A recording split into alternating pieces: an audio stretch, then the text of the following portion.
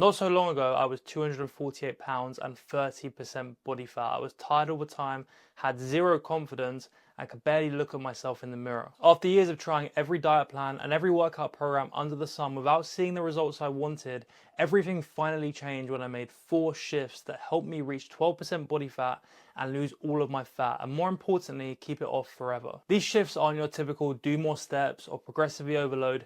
These are deep-rooted mental shifts that will allow you to make exactly the same transformation that I did. You see, when most guys set out to lose fat, they obsess over tactics. What diet plan is the best? What workout program will allow me to burn the most calories? And what supplement stack should I take? And don't get me wrong, that stuff does matter in the long run, but 99% of guys fail, not because they didn't have the perfect plan, but because they didn't change the way they see and think about fat loss. When you are fat, you don't just have a body that's carrying extra weight. You have the habits, the mindset, the beliefs, and the identity of someone who is fat. And that same thinking that got you there will keep you there. On the flip side, the guys who are lean and stay lean for their whole lives have the mindset, the habits, and the beliefs of a lean guy. And more importantly, they have a polar opposite identity to fat guys. That is why it's so important for you to actually make the shifts I'm going to walk you through in this video, because until you do that, no diet plan and no workout program is going to give you the results that you want. By the way, if you're done trying to do this alone and you want my direct help so that you can lose fat, build muscle, and completely transform your life, click the first link in the description of this video. With that being said, the first and the most important shift for you to make if you want the other 3 to work is shifting from your old identity to your new identity. Back when I looked like this, every attempt that I made at fat loss was at a very base level. I would spend hours on YouTube and Google searching for the newest diet plan, the newest training program, and any information out there that I thought was going to solve my problem. And then I would promise myself that this time I'm going to actually stick to it. And I would always break my word. And why? Because I still saw myself as that fat guy. I wasn't changing who I was at a base level. I was just trying to stick new habits and a new lifestyle on top of my old identity. And when you do that and you don't change your identity, eventually you're going to revert back to your norm. The truth is, whilst calories and cardio matter, the most important thing is who you become. And until you change who you are, every diet will feel like torture and every workout will feel like a chore. Think about it like this. If a smoker who's trying to quit says, "I'm trying to quit smoking," that's an identity conflict, because the phrase "trying to" implies they still see themselves as a smoker. The ones who actually quit say, "I don't smoke anymore." That's a true identity change. And it's exactly the same with fat loss. If you say to yourself or others that I'm trying to lose fat, I'm trying to do a diet, I'm trying to work out, that's not a direct statement, and you have a way out. You have to say to yourself, I am going to lose weight, I am going to do this diet, and I am going to work out. That way you're way more likely to actually stick to it. You need to become the man who has lost fat, and only then will you lose fat. So here's what you need to do. Firstly, define the version of you who has lost fat. How does he eat? How does he train? What are his habits? And write them down. Once you've wrote them down, embody them immediately. Start seeing yourself as the man who trains and eats correctly. Finally, and most importantly, you have to actually take action, because none of this identity stuff works unless you follow through. Every 1K steps you do, every home cooked meal that you make, and every gym session reinforces this new identity with actual practical action. The day that I made this shift myself, everything became so much easier. I can remember it so vividly. It was the day that I took this picture and I came down the stairs, I looked at myself in the mirror, I looked at my body and I said, you know what, fuck that. I don't want to be this sad, hopeless, fat version of myself anymore. And I started seeing myself as the version of myself that I wanted to be. And only then did the results follow. The second shift you need to make is going from an all or nothing mindset to an always something mindset. This is something that I used to struggle with massively. There would be weeks where I would do everything absolutely perfectly. I would track every calorie, get all of my cardio and my steps in, and train 5 times a week. And then when I made one slip up, I would say, fuck, I've ruined it all. And I'd throw all the progress that I'd made away. One missed workout meant weeks off of training. A few extra calories meant a complete blowout binge. And missing my step count meant spending all weekend sat on the sofa. So any progress I had made was wiped out soon after. The problem with that mindset is there is no way you are ever going to always be perfect. Work gets busier, you have to travel, and if you have kids, they get sick. So if your entire fat loss plan relies on the fact that you have to be perfect, you're going to quit anytime life throws an obstacle at you. So you need to adopt an always something mindset. And here's what that looks like. Let's say you can't do a full gym session for whatever reason.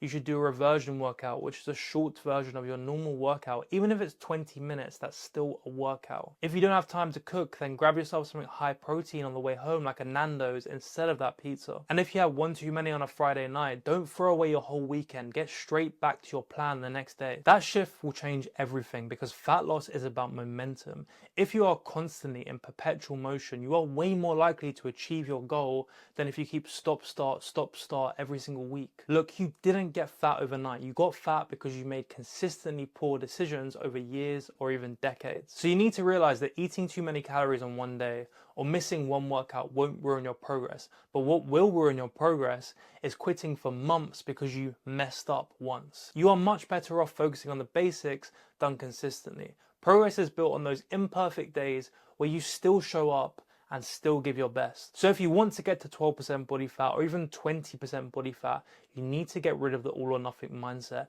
and you need to change it to always something. Show up every single day. Even if some days you're getting 8K steps instead of 10, you're doing a 20-minute workout instead of a 1-hour workout, and you go slightly over your calorie count, it's still progress as long as you commit yourself and stay consistent. The third shift is switching from a short time horizon to a long time horizon. When I first decided to lose fat, every single attempt was built on short time horizons, and I would say stuff like this. If I eat just 1,000 calories a day, all of my fat will be gone in a couple of months. If I do 3 hours of cardio a day, I'll have abs by summer. Maybe if I try keto or carnivore, that will speed things up. And maybe I drop 3 or 4 pounds in a week by doing that. But every single time I would eventually give up and gain all the weight that I lost back. I was way more obsessed with the number on the scale on any given morning than what I could achieve in a period like 6 months. Also, be fucking realistic with yourself. If you're 30, 40, 50, 60 or even more pounds overweight, you can't just click your fingers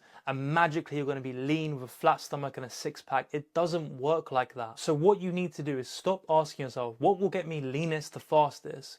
And start asking yourself, what can I stick to for the rest of my life? And the thing is, the slower path actually tends to be faster. Losing 1 to 2 pounds a week may not sound that exciting, but it's sustainable. That's 4 to 8 pounds a month. So in 6 months, you're looking at 24 to 48 pounds of fat. That's going to completely change your life and your body forever. As opposed to bouncing up and down in weight week after week, looking for the perfect and fastest approach. If you were building a house, you wouldn't just shove some wooden beams into the grass and hope for the best, would you?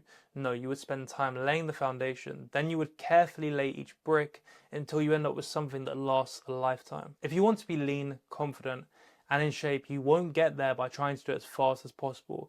You will get there by compounding small daily wins and doing that for long enough so that results actually show. Just stop chasing quick fixes and the fastest approach. Do it slowly, methodically, and sustainable, and you will see that fat come off and stay off for the rest of your life. The fourth and final shift you need to make if you actually want to see that fat come off is accepting that there's going to be temporary discomfort during this process. I used to think that there was some secret trick that these lean guys had that made it so easy for them to lose fat. I thought maybe they had crazy amounts of willpower, or maybe they actually like just eating plain rice, chicken, and broccoli. But the truth is, fat loss isn't always easy. You're going to get hungry, you're going to be tired, there are going to be workouts you don't want to do, and it's what you decide to do in those moments that determine if you actually lose fat or not. The difference between fat men and lean men is simple.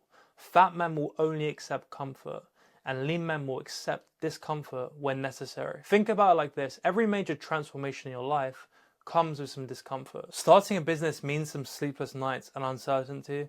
Building muscle means waking up sore the next day. And learning a new skill means failure and frustration. Fat loss is no different. You cannot expect to lose fat without feeling a level of discomfort from time to time, and you need to be okay with that. And it's not like we're talking about misery here. Misery isn't sustainable. Temporary discomfort in this case means finishing the last 2 reps of your set when your arms are starting to burn out, getting your 10K steps in even if it's raining, or saying no to a dessert at a restaurant. It's really not that hard. Just expect a little bit of discomfort from time to time and embrace it. Don't run from it.